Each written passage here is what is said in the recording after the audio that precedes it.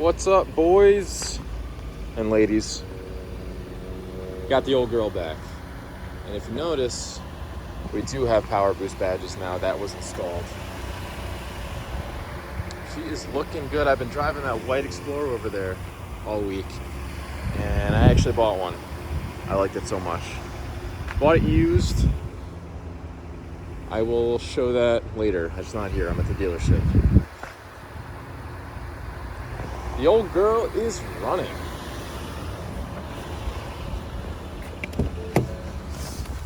Now look at this. This is where things get a little interesting. They gave me the sheet here, and this. So you can pause the video, I suppose, and read through this. I guess with warranty claims, they have to be this specific, but basically what this comes down to, ladies and gentlemen, is right there. Found lock on connector was not on all the way, with locking lever falling off. Inspected connector for damaged seal, blah, blah, blah, blah, blah. Basically, one of the lovely people in Michigan, Dearborn, Michigan, assembling this truck, couldn't have been bothered to push a connector on all the way. And poor old Pat over here buys a $73,000 truck and has to have the issue. Oh my God, it's nice being back in this. Oh my God, the Explorer was nice, but listen, I am a truck guy, and holy crap, it's nice to be back. Let me put this back in my setting here. You know, the mileage is all screwed up. They probably had the thing idling. Oh my God, feels so good. Car caddy? What the hell is that?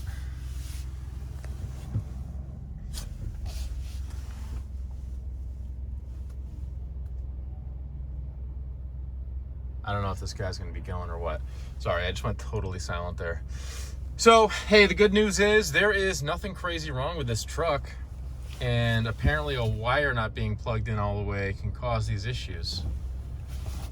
So, hey, good news, bad news there. Because frankly, I didn't give a shit because I wasn't paying for it. Dealer, I should say Ford covered it fully. Thank God. They also covered the rental car. And I don't know if you guys have ever had a Ford claim or if this was just a unique instance. But let me tell you what happened. So I had the hiccup, freaked out, made the first video, brought it to my house, and drove it when it told me not to drive it. And that was no issue, by the way. Nobody seemed to care about that. Dropped it off in my driveway. I called Ford. Go on the Ford website, roadside assistance. Call them. Say, come get my shit. They came and got my shit. That was covered under warranty. I called my dealer and told them I needed a loaner. They didn't have any loaners, so they rented me a car at Hertz. Later that day, I get a call. Ford actually gives you a rep, apparently, or they gave me a rep because they know I'm high maintenance, I guess. And he called me, checking in like once a day. And they were on the dealer. They had updates before my dealer had updates, it seemed like. You know, so I don't know. I felt like I was really well taken care of. They rented me an Explorer Limited.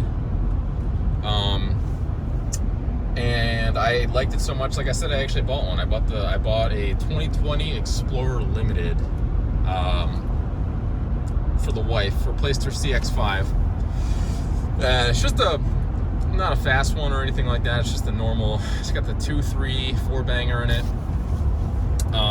Star white. It's really nice white. 20-inch wheels. It's got the roof. You know, I think this truck is a much better, much higher quality build. Frankly, I don't know. Yeah, you know, I think it's weird that the Explorers, they go base, XLT, limited, I believe, ST than Platinum, I think is the way the trim line works. There's like an ST line in there somewhere, which means nothing. It's like Audi S line. But the Limited is not the top trim level like it is with the F-150s. The Platinum is the one to get. I don't think you want the ST. It's all stiff and, I don't know, who wants a race car SUV? I'm sure it rides like shit. It's fast. But the Platinum, I think it's like 360 horsepower. It's the 3-liter V6 instead of 400. And frankly, it'll probably give you a little bit better longevity being detuned a little bit, in my humble opinion. But you get the bougie platy interior, all the options, smooth ride, and you get the V6 instead of the 2.3. But I just didn't want to. I mean, this Limited, it was enough. It was $36,500 or whatever it cost with 25,000 miles. It's a fully loaded Limited trim. And I just, the Platinum's like $10,000 more for an equivalent. Well, the cool thing is, so I have a 2020 right here, 2022 truck, and I was on the other end of all the chip shortages, not completely because I still have the heated wheel, but I lost, going from 2021 to the 2022 model year, you lost a lot of things that I thought were really cool, like the illuminated knobs for the temperature. In 2021, as I'm sure you've seen online, it has an LED temperature gauge. So when you adjust it, it'll say, like 85, 80, whatever right there on the dial. Now it's just the power button in it. When you change the temperature, it's up here only on the screen. Same thing with the Explorer. My rental was a 2022, and it did not have these knobs. And the 2020 that I bought has the temperature displayed down here as well. It's displayed on the screen too, but I like having it on the knobs. It's pretty cool. And also, the 20 that I got has paddle shifters with manual mode, where the 2022 doesn't. Now, these are both Limited trims. Another thing that it has is rear heated seats, and it has rear air controls, which the 22 doesn't have, which I thought is super. What a super bummer. And the other thing is, they actually got cheaper. I think from 2020 to the 2021 model year, the base price of the Explorer went down significantly. But the sticker on that one that I bought, the used one, was like $54. I got it for $36. What a crazy depreciation. I'm sure trucks are the same way, not quite as bad, but I mean, I loved buying this truck new, but looking back on it, I don't know if I'm going to buy a new one.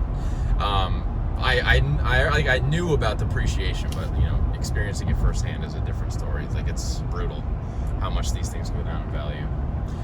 But I will say, this thing is so nice to have back, having the screen. I think this thing right here is worth getting the Lariat trim in an F-150 alone. The XLT doesn't have the full screen, and the Explorer doesn't have the full screen either. I don't know what trim level you have to get. I think it's the ST or higher. I don't really know Explorers too well. I don't think the Limited can be optioned with it. My Limited doesn't have it. The rental Limited didn't have it. But I do know with F-150s, this is a huge thing in the Lariat, that this is just such a cool screen compared to having gauges and needles, and this is just, it has such a more luxurious feel to it. And this center screen is so nice. The Explorer, I think, has like a little 8-inch. It's not even little. It's a really good size screen. It's fine. But my God, being back in the truck, it's so goddamn nice, and having the hybrid and everything, and just knowing that the problem was just a connector that wasn't connected properly is hilarious. I'm happy to have my PowerBoost badges back on, as silly as that sounds. The one thing they didn't fix were the speakers in the roof. I still do have an appointment. I've got to drop the damn thing off again. I've got an appointment next week or the following week to get those addressed. But yeah, what an awesome truck. When things break, it's always easy to say fuck this and I hate it and Ford sucks, junk, all that kind of crap that people think. Listen, I'll say it again. Every single vehicle breaks, or at least has the potential to break. I mean, I've had Chevys, Chevy 1500, blew the cylinder heads. I had cracked cylinder heads on my Chevy 1500. It was an 05. I spent over $3,000 replacing those. I had a Chevy 2500, 2001 2500, when I had a landscaping business. First storm I plowed, I dropped the plow in front of a garage to backblade it, and the transfer case shredded itself. You know, out of all the things in the driveline to go, the transfer case goes. I had a Vet. No problems with the Vet.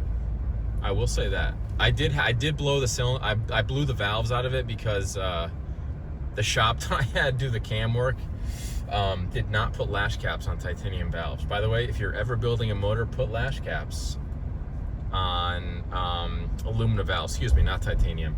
If you have aluminum valves, you need to put titanium lash caps on. I don't know about titanium, maybe, but lash caps are important. Make sure if you are building anything and touching the valves, research whether or not you need lash caps, because they're very important. So that blew up, but that was not the car's fault, thank God. That Vet, I got to get another one someday. I'm so upset. Not so upset, but it sucked that I sold that, but it was really the right thing to do. I think the C6 Z06, especially in yellow, was such a cool car, and I think it's going to be a sought after vehicle, but you know, we'll see. I actually entered to win the one that Street Speed is giving away right now, so you know, we'll see if I win that one. But hey, to wrap it all up, I am very happy with how Ford has treated me. I'm still very happy with this truck. You know, we'll see how it goes. I've still got basically the entire warranty left to see how I feel about this thing. I'm planning to keep it forever. But honestly, guys, I'm not upset with Ford at all. I'm not a Ford dick rider. I'm not a dick rider for any brand. I know they're all shit. Sometimes they're all awesome. Other times, you know, all these guys that say Ford suck and Chevys are great or Dodge is great, it's like blah blah blah blah blah. You're naive. You know, it's just crazy. So Ford did the right thing. I'm happy with them. So happy with them. You know, while this thing was in the shop, I bought another one. So maybe I'll shoot a video of that car. It's a pretty boring car. It's an awesome car, but I mean, a Ford Explorer is just a boring car, but it really is. It's so much better than the CX-5. Full-size SUV is the way to go. Especially with a kid. You get the dog, the kid, the stroller, the diaper bag. I mean, it's in a CX-5, it's tight. And the Explorer has a huge back seat. Third row, huge storage. And it's got the roof on it too, which I like. The having this roof, you know, I don't know if I would personally option again, but the wife loves it, and it really does make the car feel more open. So that's it, guys. Comment away. Let me know what you think. When your shit breaks, don't freak out. Just deal with it. Everything's gonna be all right. Talk to you guys later.